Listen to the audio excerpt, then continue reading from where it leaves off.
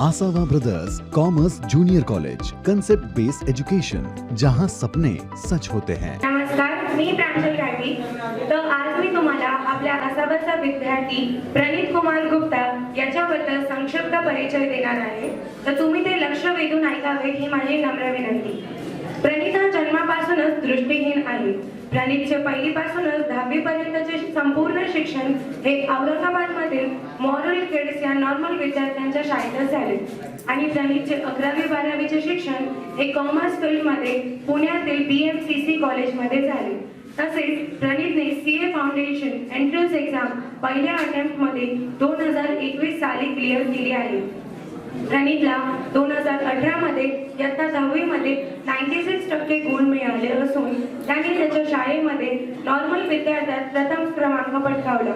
एवढेच नव्हे तर संपूर्ण महाराष्ट्रामध्ये दिव्यांग कॅटेगरीमध्ये प्रणितचा महाराष्ट्रातून प्रथम क्रमांक देखील आला। 11वी-12वी मध्ये कॉमर्स फील्ड मधून शिक्षण घेत प्रणितने 2020 मध्ये इयत्ता 12वी मध्ये 87% गुण मिळवले आणि कॉलेजमधून दिव्यांग कॅटेगरीमध्ये प्रथम क्रमांक मिळवत महाराष्ट्रातून पण कॉमर्स मध्ये दिव्यांग कॅटेगरीत प्रथम क्रमांक पटकावले। तसेच शाळेत व कॉलेजमध्ये असताना त्याने 200च्या आसपास विविध स्पर्धांमध्ये भाग घेत विविध पारितोषिके, पुरस्कार व सर्टिफिकेट्स मिळवले। प्रणितला सुरुवातीपासूनच शिक्षणासोबत विविध क्षेत्रांमध्ये नशीब आजमावण्याची सवय आहे। त्याचा आधार घेत प्रणितने इयत्ता पहिलीत असताना 2008 मध्ये संगीत क्षेत्रात प्रवेश घेतला। सुरुवातीला हार्मोनियम वादनाचे शिक्षण घेत एका पाठोपाठ गांधर्व महाविद्यालयाच्या हार्मोनियम वादनामध्ये 5 परीक्षा मध्यमापूर्णपर्यंत उत्तीर्ण केल्या। तसेच हार्मोनियम वादन बरोबरच गायनाचे शिक्षण देखील सुरू केले व त्याच्या 3 परीक्षा उत्तीर्ण केल्या। या व्यतिरिक्त प्रणितने 2011 मध्ये तबला वादनाचे शिक्षण सुरू केले व निरंतर अभ्यास करून 7 वर्षांमध्ये म्हणजेच तबला वादनामध्ये 2018 मध्ये प्रणितला पहिली डिग्री मिळाली। याशिवाय प्रणितला अनेक वाद्य वाजवता येतात। तसेच विविध कार्यक्रमांमध्ये किंवा ऑर्केस्ट्राच्या कार्यक्रमाच्या माध्यमातून प्रणितने आपली प्रस्तुती जगाला दाखवली आहे। एक विशेष गोष्ट, 2019 मध्ये तबला वादनामध्ये प्रणितला बालश्री राष्ट्रपती पुरस्कार घोषित झाला आहे। जिल्हास्तरीय, राज्यस्तरीय आणि राष्ट्रीय स्तरीय अशा 3ही स्तरांमधून पुढे जात प्रणितने हा पुरस्कार मिळवला आहे। प्रणितला संस्कृत शिकण्याची आवड असून त्याला चेस, बुद्धिबळ खेळायला देखील आवडते। चेस मध्ये प्रणित नॅशनल लेवल पर्यंत जाऊन आलेला आहे। प्रणितला जगावेगळा प्राणी का म्हटले जाते? शालेय शिक्षणाबरोबरच 2012 मध्ये प्रणितने मॅथमॅटिक्सच्या UCMAS अबॅकसच्या क्लासमध्ये प्रवेश घेतला। 2014 मध्ये दिल्ली येथे झालेल्या राष्ट्रीय स्पर्धेमध्ये प्रणितला दिव्यांग दृष्टिहीन असल्यामुळे प्रवेश नाकारण्यात आला। तरीही प्रणितने त्या स्पर्धेमध्ये 20 ते 25 हजार लोकांसमोर गणिताचे लाईव्ह डेमॉन्स्ट्रेशन क्षणार्धात करून दाखवले। त्यानंतर 2015 मध्ये दिल्लीमध्ये पहिल्यांदा झालेल्या अबॅकसच्या आंतरराष्ट्रीय स्पर्धेमध्ये प्रणितला प्रवेश मिळाला। त्यावेळेस या स्पर्धेमध्ये प्रणितने 56 देशातील 5000 नॉर्मल विद्यार्थ्यांना मात देत दिव्यांग असून पण 20 वर्षांमध्ये भारताला पहिल्यांदाच विश्वविजेतेपद वर्ल्ड चॅम्पियन अवॉर्ड मिळवून दिला।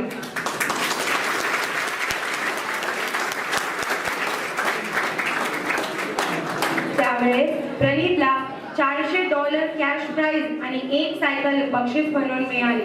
त्यानंतर मागे वळून न पाहता प्रणितने 2016 मध्ये दुबई येथे झालेल्या 21व्या अबॅकसच्या आंतरराष्ट्रीय स्पर्धेत भारताचे प्रतिनिधित्व करत शोभना देशातील 5500 नॉर्मल विद्यार्थ्यांना मात देत पुन्हा एकदा वर्ल्ड चॅम्पियनचा अवॉर्ड भारताला मिळवून दिला। तसेच अबॅकस मध्ये प्रणितने अनेक राष्ट्रीय व राज्यस्तरीय स्पर्धांमध्ये भाग घेत विविध पारितोषिके मिळवली। प्रणितबद्दल एक विशेष गोष्ट या ठिकाणी नमूद करायला आवडते, ती म्हणजे अबॅकस मध्ये प्रणितच्या यशाचा प्रवास हा जिल्हास्तरीय, राज्यस्तरीय, राष्ट्रीय स्तरीय आणि आंतरराष्ट्रीय स्तरीय अशा स्वरूपात न होता उलट्या स्वरूपात झाला. म्हणजे प्रणीतने आधी आंतरराष्ट्रीय पुरस्कार जिंकला, त्यानंतर राष्ट्रीय, त्यानंतर राज्यस्तरीय पारितोषिके जिंकली. एक विशिष्ट गोष्ट म्हणजे प्रणीतची मेंटल कॅल्क्युलेशन करण्याची पद्धत ही जगामध्ये कोणालाही येत नाही. 2016 मध्ये इंदोर युनिव्हर्सिटीमध्ये प्रणीतला प्रमुख पाहुणे चीफ गेस्ट म्हणून आमंत्रित करण्यात आले. त्यावेळेस त्याने त्या ठिकाणी अबॅकसचा लाईव्ह डेमो करीत सर्वांना मार्गदर्शनही केले. 22 डिसेंबर 2017 रोजी राष्ट्रीय गणित दिवसाच्या निमित्ताने प्रणीतने हैदराबाद जवळील वारंगल येथील युनिव्हर्सिटीमध्ये गणिताशी संबंधित 7 वर्ल्ड रेकॉर्ड केले, जे की आजपर्यंत अबाधित आहे.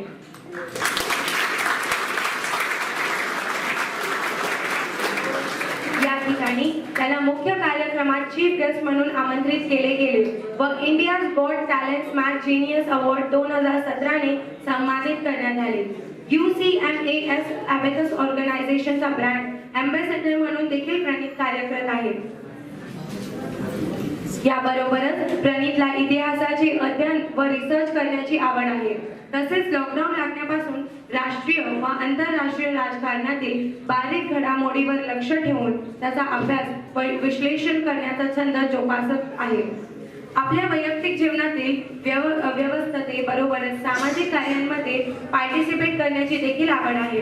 आपल्या सामाजिक कार्यातून छोट्या स्तरावर पण अनेक गरजू तसेच दिव्यांग व्यक्तींना शक्य होईल तशी मदत 2018 पासून प्रणीत करत आहे.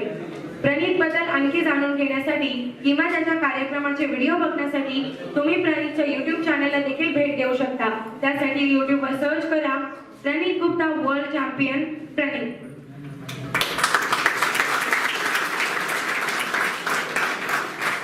पुढच्या वाटचालीसाठी मी श्वेता मॅमला माहिती देते.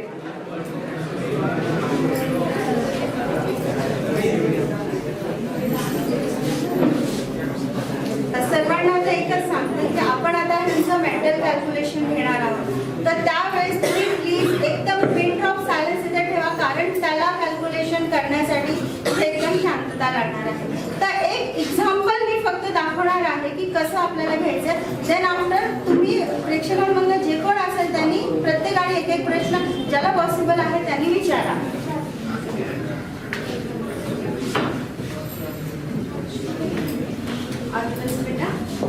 Thank you. Start. Please pin drop silence. अगर आपके पास फोन है, आप वो कैलकुलेशन आपके मोबाइल पे भी कैलकुलेटर ऑन करके साथ में करिए, ताकि हमें भी ध्यान में आएगा कि हाउ मच इज हैविंग टैलेंट. 4 3 6 1. अभी आप कैलकुलेटर एडिशन, अभी हम यहाँ पे एडिशन करेंगे. एडिशन करेंगे.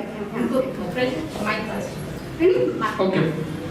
4 3 6 1 plus 2 3 4 5 plus 6 8 9 2 plus 7 3 2 8 is equal to. Answer is 20,926. Is it correct?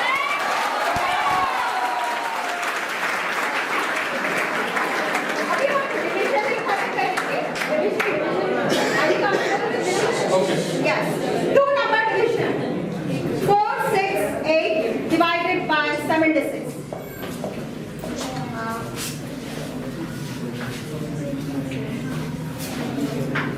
6.15.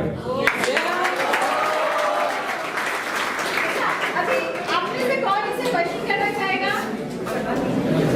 Multiplication, division, addition, subtraction, anything. Actually मेरा मैथ्स में डब्बा खुल है. So anyone from the audience please come here on the stage. चलें sir. Sir please.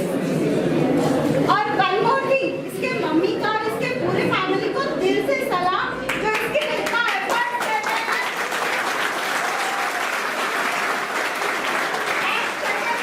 We are very proud to have you as our student.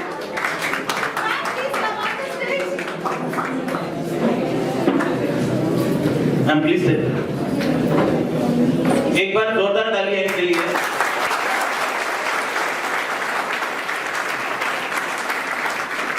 Actually जब भी आया था प्रणीत आया था तब मुझे भी पता नहीं था कि प्रणीत में मतलब इतनी इतनी क्वालिटी है, मुझे भी आज ही मालूम पड़ा कि प्रणीत में इतनी क्वालिटी है बोल के। Endless but 4852 प्लस जो लवकर करा फक्त 4852 plus 3857 plus 9362 plus 6784. Answer is 24,855.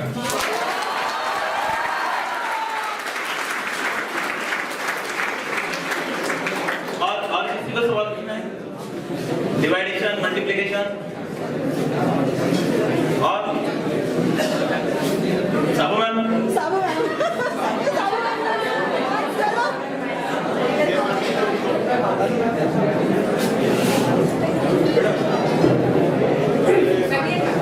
Multiplication है। Yes. Okay 9382 into 4568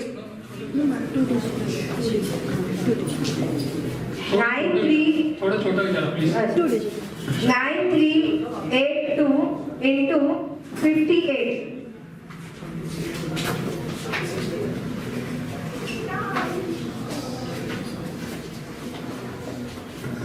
544156. बोले सर बोलो sir maths no sir please come on maths teachers. Sir stage पे सर स्टेज पे प्लीज कितने डिजिट कर सकते बेटा 6 digits 60 digit 6 digits 20 Mic passes. और वन एक एक डिजिट बोलो 4 5 3 1 7 minus 2 1 6 3 8 minus 2 4 1 5 1. Answer is minus 472. Very good beटा.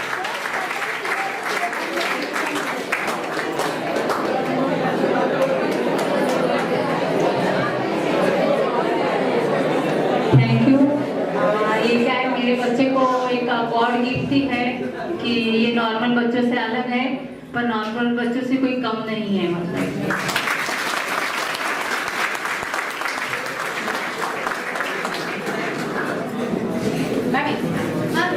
Ma'am just a minute ma'am please I request Anu ma'am to please felicitate ma'am Somesh Somesh sir, please join the stage.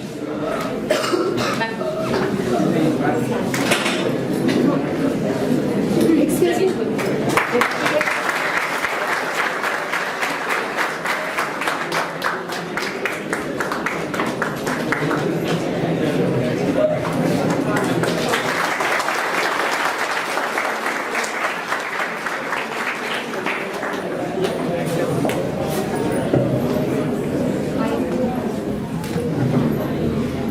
प्रणीत, मेरा एक सवाल matter of interest है, don't take otherwise. ये जो calculation करते हो, how you do it? Because इतना fast calculator भी नहीं कर सकते, और जितना मेमोरी में आप रख रहे हो कंप्यूटर के रैम में भी इतना रहता नहीं है। शायद उसकी कैची मेमोरी जो बोलते हैं ना, शायद वो कंप्यूटर से भी ज्यादा है। तो प्लीज थोड़ा अगर इस पे इलैबोरेट कर सकते हो please. Actually sir first basic thing ये है कि मैंने पहले एबेकस ही सीखा है, और एबेकस सीखने के बाद मैंने जैसा बाकी सब बच्चे मेंटल कैलकुलेशन करते थे उसको हाथ के ऊपर उंगलियों पे वो करते थे, बट मैंने थोड़ा अलग चीज इसमें खुद से ट्राई की कि एबेकस का जो फ्रेम है वही अगर हम आंखों के सामने अज्यूम कर ले तो एबेकस से अपन जो उंगली से उस फ्रेम को चलाते हैं वो पूरा टाइम अपन बचा सकते हैं। तो ये मैंने एक्सपेरिमेंट किया, और इसलिए मेरे इंट्रोडक्शन में कहा गया कि जो चीज है मेरे को वो पूरी दुनिया से अलग है, क्योंकि वो मैंने खुद से किया है, और उस फ्रेम को आंखों के सामने मैं एज्यूम कर लेता हूँ तो उंगलियों से करने का पूरा टाइम मेरा बच जाता है, इसलिए मेरे कैलकुलेशन सबसे फास्ट होते हैं। और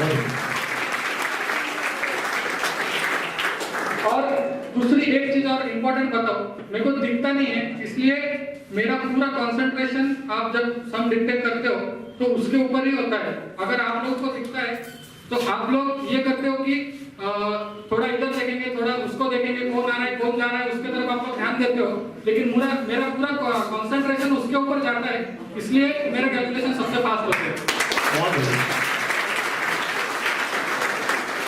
I can understand addition, subtraction, multiplication, division.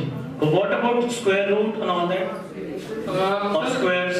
Sir मुझे 100 तक स्क्वायर आते हैं और 1 लाख तक आराम से टेबल बोल सकता हूँ मैं, कोई भी बोलेंगे। Okay, great, very nice. Thank you, thank you.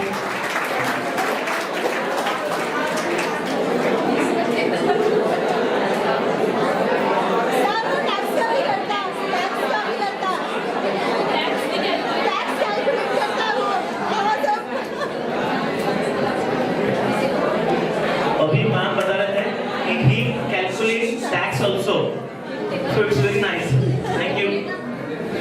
So जो मैम ने बताया tax, you are telling about the assessment day wise, जैसे tax wise जो आपने उसको बताया slab rate wise. Oh my God, really? So you know about the slab rates? Yes sir. तो ये year wise आप ध्यान रखते हो? ये अभी current year का ध्यान रखते हो? नहीं, करंट ईयर का ही ध्यान रखता है सर, इतना नहीं रखता ध्यान में, बट रखते हैं। Great, but it's very nice thing कि आपने addition, subtraction, multiplication, division. Apart from that, tax सब कुछ ध्यान दे रहे हो. Really, I'm very impressed. Thank you. Thank you.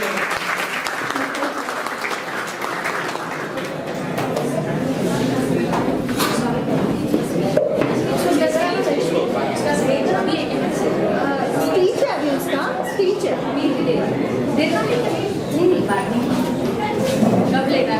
अभी स्पीच है तो बाद में सॉन्ग। मैम स्पीच है देन बाद में सॉन्ग, आफ्टर 1 hour सॉन्ग। लिसन स्टार्ट। तर सर्वांना नमस्कार।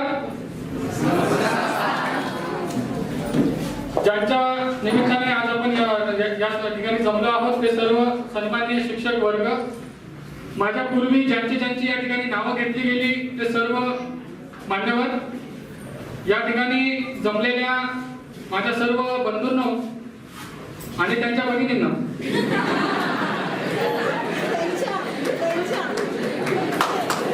मला असंच खेळत बोलायला आवडतं। बरेच लोक येऊन प्रवचन करतात आणि आपल्यापैकी सर्वजण प्रेक्षक इन्क्लुडिंग मी झोपून जातात आणि शेवटी फॉर्मॅलिटी म्हणून जे जागे असतात ते टाळ्या वाजवतात, पण कुणाच्याही डोक्यात काही जात नाही। म्हणून माझी पद्धती हसत खेळत बोलण्याची आहे, गप्पा मारण्यासारखी आहे, त्यामुळे सर्वांनी माझी ही सवय लावून घ्यावी। दुसरी गोष्ट, आपण आज शिक्षक दिनानिमित्त या ठिकाणी जमलो आहोत, तर जे शिक्षक आपल्यासाठी अहोरात्र मेहनत घेतात, कष्ट करतात, तत्परतेने तल्लीनतेने शिकवतात, या सर्व शिक्षकांना सर्वप्रथम मी माझ्यातर्फे खूप खूप शुभेच्छा देऊ इच्छितो। आणि एक गोष्ट मला इथं आल्यावर खटकली, मी सांगू इच्छितो आणि पुढे जाऊ इच्छितो। पहिली गोष्ट, मी आलो, कार्यक्रमात बसलो, कार्यक्रम सुरू झाला, त्यानंतर लक्ष देऊ नका बरं का, कार्यक्रम सुरू झाल्यावर काही शिक्षकांसाठी हळू टाळ्या वाजल्या आणि काही शिक्षकांसाठी जोरदार वाजल्या, ते मला पटलं नाही। एकदा सर्वांनी जोरदार सर्व शिक्षकांसाठी टाळ्या वाजल्या।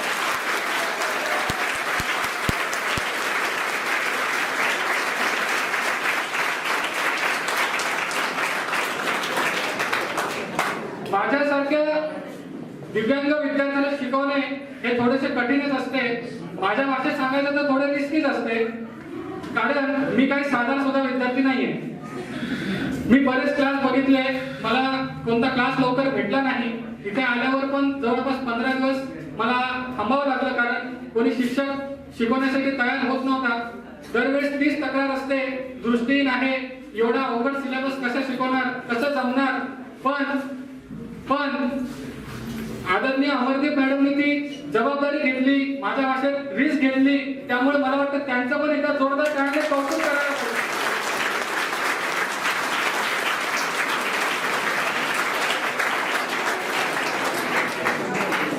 मित्रांनो,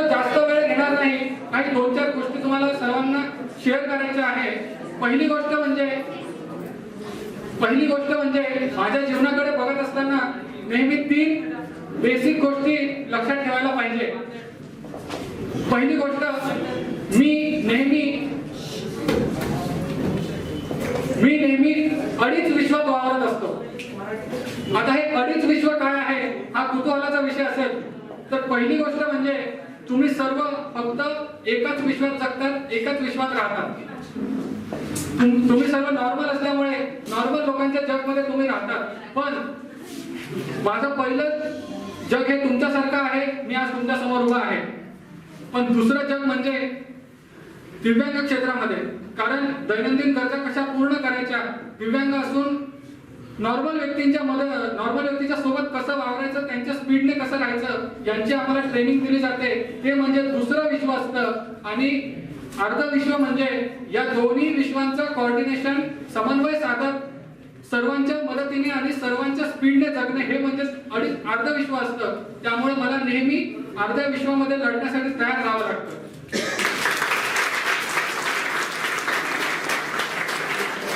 दुसरी गोष्ट म्हणजे माझं जीवन हे टाइम मशीन सारखं आहे.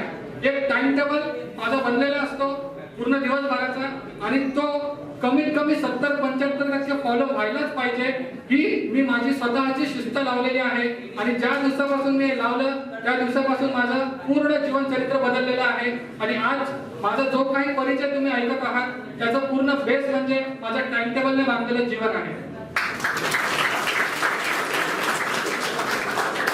आणि मित्रांनो, तिसरी आणि महत्वाची गोष्ट म्हणजे 2018 पर्यंत 10वी होत असतानाच माझे 10वी सोबतच इतर 2 क्षेत्रांचा बेस पक्का झालेला होता. पहिलं म्हणजे म्युझिक, जे तुम्ही परिचयात ऐकलेलंच आहे. आणि दुसरं म्हणजे ॲबॅकसचं क्षेत्र. कारण ॲबॅकसची डिग्री पण मला त्यावेळेस भेटलेली होती. 10वी होत असताना इतर 2 क्षेत्र प्रिपेअर झालेले होते. आणि मला वाटतं की हीच एक इफेक्टिव्ह प्लॅनिंग जर केली तर आपण किती चांगलं पुढे जाऊ शकतो आणि किती चांगलं जगू शकतो हे मी माझ्यापुरतं ठरवलं आणि म्हणून मला ते शक्य झालं. मित्रांनो, एक एक्सपिरियन्स तुमच्यासोबत शेअर करतो. 10वी मध्ये असताना घरातलं वातावरण कसं असतं, 10वी सगळे परेशान करत असतात. घरचे अभ्यास करा म्हणून मागे लागतात. पण तुम्हाला एक गोष्ट सांगतो, 10वी मध्ये मी सर्वात कमी शाळेत गेलेलो आहे. सर्वात जास्त अब्सेंटी माझी 10वी मध्ये लावलेली आहे. पण मी शिक्षकांना कमेंट केली होती की मी पहिल्या 3 विद्यार्थ्यांमध्ये येऊन दाखवेल. तर मित्रांनो, त्याचा राज असा होता की मी फक्त सकाळी 7 ते 11 4 तास अभ्यास करायचो आणि त्याच्यानंतर दिवसभर पुस्तकाकडे उघडून पण नाही बघायचो. पण मग मी काय करायचो तर मित्रांनो, 17-18 हे वर्ष माझ्या जीवनातलं सर्वात व्यस्त वर्ष होतं. कारण त्याच वर्षी नोव्हेंबर-डिसेंबर मध्ये मी तबल्याची विशारद पूर्ण परीक्षा उत्तीर्ण केली. डिग्रीची परीक्षा होती. त्यासोबतच वर्ल्ड रेकॉर्डचा जो माझा परिचय मी ऐकला तेही मी त्याच वर्षी केलं. आणि 10वीच्या परीक्षेनंतर लगेच मला दुसऱ्या दिवशी दिल्लीला जायचं होतं. कारण राष्ट्रपती पुरस्काराची पण नॅशनल लेवल आलेली होती. आणि हे सर्व मी 10वी सोबत मॅनेज केलं. ते म्हणजे फक्त एका गोष्टीमुळे, कारण माझा टाइम टेबल बांधलेला होता सकाळी 5:30 ते रात्री 10:30 पर्यंत.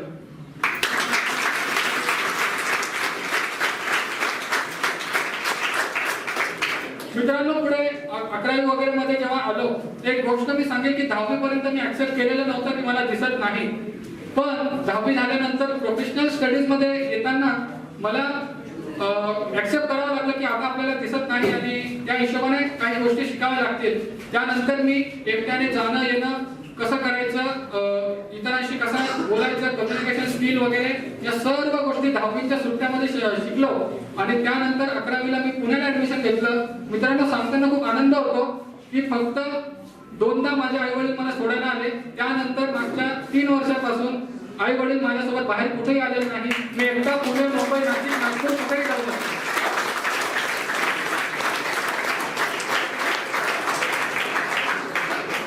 मित्रांनो, 11वी 12वीत असताना पुण्यात मी एकटा हॉस्टेल वगैरे मध्ये राहायचो आणि भरपूर जीवन कसं असतं, जीवनातील घडामोडी कशा असतात हे मला जवळून बघायचे आणि ते शिकण्याची संधी मिळाली. माझी वृत्ती ही विद्यार्थ्याची वृत्ती आहे. मला कुणाकडूनही मग तो छोटा असो की मोठा मला शिकायला आवडतं. त्यामुळे मी बऱ्याच लोकांच्या संपर्कात आलो, बऱ्याच लोकांशी बऱ्याच गोष्टी शिकल्या आणि त्यामुळे आज मी जो तुमच्या समोर उभा राहून मी भाषणाची काही तयारी वगैरे केली नाहीये, मी डायरेक्ट तुमच्या समोर बोलतोय ते फक्त त्या 2-3 वर्षाच्या परिश्रमामुळे.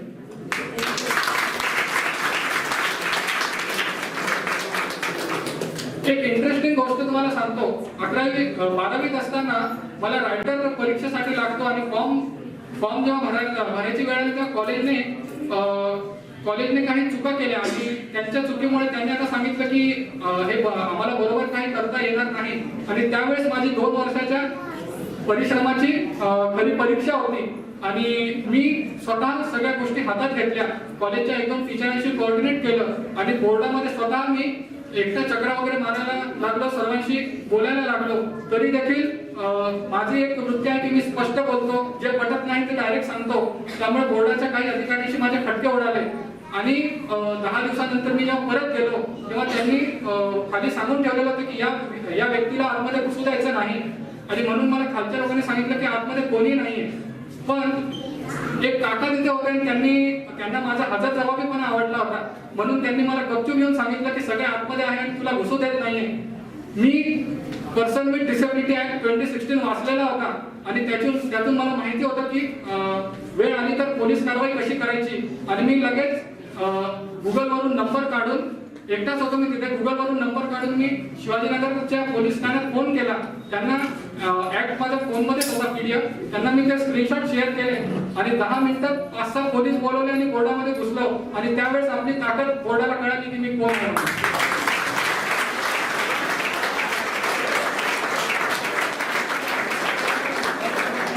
मित्रांनो, चांगलं जीवन जगत असताना अडचणी तर भरपूर येतात आणि एक मी सर्व काही सांगत नाही, वेळ कमी आहे, पण एक अडचण मी तुम्हाला सांगू इच्छितो. CA फाउंडेशनची परीक्षा होत असताना त्याच्या कंडिशन्स खूप कडक असतात आणि त्यामुळे रायटर मिळू शकत नाही. एक रायटर मी शोधला, प्रॅक्टिसही केली, पण ऐन वेळेवर त्यांच्या पर्सनल इश्यूमुळे त्यांनी टाळलं आणि त्यामुळे परीक्षेच्या शेवटच्या काळात मला नवीन रायटर शोधण्यासाठी पळापळ करावी लागली. मित्रांनो, एक मला मेसेज असा द्यायचा आहे की दरवेळेस माझ्यासोबत असं होतं की शेवटच्या 10, 15, 20 दिवसामध्ये माझा अभ्यासच होऊ शकत नाही, कारण डॉक्युमेंटेशनचं वर्क आणि रायटरचं वर्क हे सगळं मला सांभाळावं लागतं. कारण जेवढं वाचन मी केलेलं आहे तेवढं आपल्या पॅरेंट्सलाही माहिती नसतं, त्यामुळे सगळ्या गोष्टी एकट्याने पेलाव्या लागतात. म्हणून माझं जे यश बघता ते थोडंसं कमी होतं, कारण शेवटच्या दिवसांमध्ये मी अभ्यास करू शकत नाही. पण एक तुम्हाला रामबाण उपाय सांगतो की पहिल्या दिवशीपासून जर तुम्ही अभ्यास केला तर शेवटच्या दिवसामध्ये तुमच्यावर कधीही लोड येत नाही आणि त्याच्यामुळेच शेवटी अभ्यास न करता देखील मला एवढे चांगले मार्क मिळतात.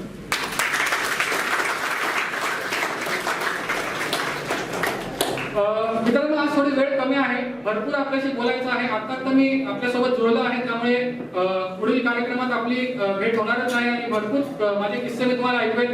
आज अजून तर मी 10% माझ्याबद्दल काही बोललो नाही, पण जाता जाता एक गोष्ट तुम्हाला सर्वांना सांगतो, ती म्हणजे अशी की आपण जेव्हा संघर्ष करत असतो तेव्हा भरपूर लोक आपले पाय ओढायला टपलेले असतात आणि एवढंच नव्हे तर भरपूर लोक आपल्याला पुढे जाणार नाही म्हणून कार्यरत असतात किंवा हा व्यक्ती पुढे येऊ नये यासाठी प्रयत्न करत असतात. अशा वेळेस आपण जर खचलो नाही आणि जे लोक मध्ये मध्ये येतात त्यांना जर साईडलाईन केलं काही दिवसांसाठी तर आपला यशाचा रथ कोणीही रोखू शकत नाही. हे मी पूर्णपणे आश्वासितपणे अनुभवातून तुम्हाला सांगू शकतो, कारण माझा सर्वात मोठा गुरु, सर्वात मोठा शिक्षक अनुभव आहे आणि त्यामुळे तुम्ही ते अनुभवातून भरपूर काही शिकत जातात हे मी स्वतःशी ठरवलेलं आहे. दुसरी गोष्ट मित्रांनो, माझी कशी पद्धत आहे की मी जो संघर्ष केला, मला ज्या ज्या अडचणी आल्या त्या इतरांना येऊ नये म्हणून मी 11वी गेल्यापासून एक कार्यक्रम सुरू केला की आपल्याला जो कोणी मदतीसाठी येईल त्याला पूर्णपणे आणि संपूर्ण माहिती देऊनच मदत करायची, जेणेकरून आपल्याला सामाजिक कार्य करायचं पण सॅटिस्फॅक्शन मिळतं आणि आपण भरपूर काही करू शकतो. तर तुमच्याकडून एक छोटीशी अपेक्षा करेन, तुमचा एक लहान मित्र म्हणून, की जमल्यास तुम्ही आमच्यासारखे दिव्यांग असो किंवा अनाथ आश्रमातील मुलं असो किंवा वयोवृद्ध व्यक्ती असो, यांना जमेल तिथे तुम्ही मदत करू शकता. आमच्यासारख्यांना रीडर आणि रायटर म्हणून तुम्ही मदत करू शकता. तुम्हाला पुस्तक वगैरे सर्व दिली जातात, फक्त तुम्हाला ते रेकॉर्डिंग किंवा रायटर म्हणून केलं असताना पेपर लिहून द्यावा लागतो. तर हे सर्व तुम्ही कराल ही छोटीशी अपेक्षा तुमच्या सर्वांकडनं करतो. आणि एक किस्सा मी तुम्हाला जाता जाता सांगतो. मला इथे आल्यावर बरेच लोक विचारतात की असावा ब्रदरचा कॉन्टॅक्ट कुठून मिळाला आणि कसा आलो.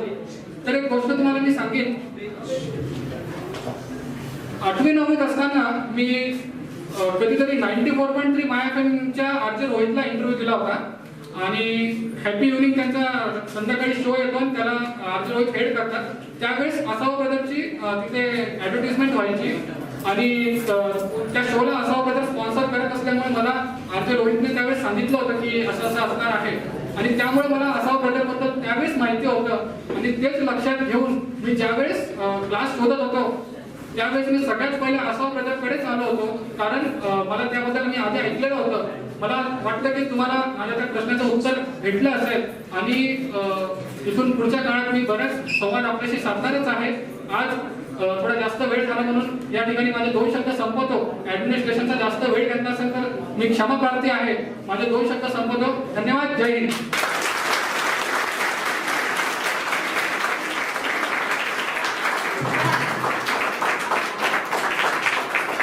थँक्यू सो मच प्रणित भैया. तुम्ही आमच्या सर्वांसाठी खूप मोठी मोटिवेशन आहात. आम्हाला सर्वांना